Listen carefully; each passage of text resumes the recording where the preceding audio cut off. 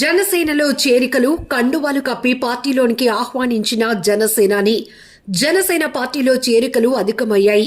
ఆ పార్టీ అధినేత పవన్ కళ్యాణ్ ఆధ్వర్యంలో హైదరాబాద్లోని అనకాపల్లి జిల్లాకు చెందిన పలువురు సీనియర్ నేతలు జనసేన తీర్థం పుచ్చుకున్నారు.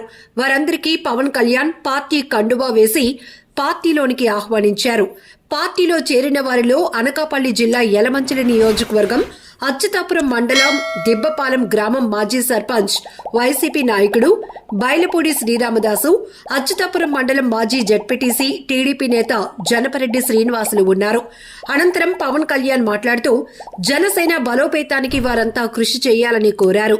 కార్యక్రమంలో జనసేన పార్టీ రాష్ట్ర అధికార ప్రతినిధి యలమంచిలి నియోజకవర్గం ఇన్ఛార్జ్ సుందరపు విజయ్ కుమార్, సుందరపు సతీష్ కుమార్లు పాల్గొన్నారు.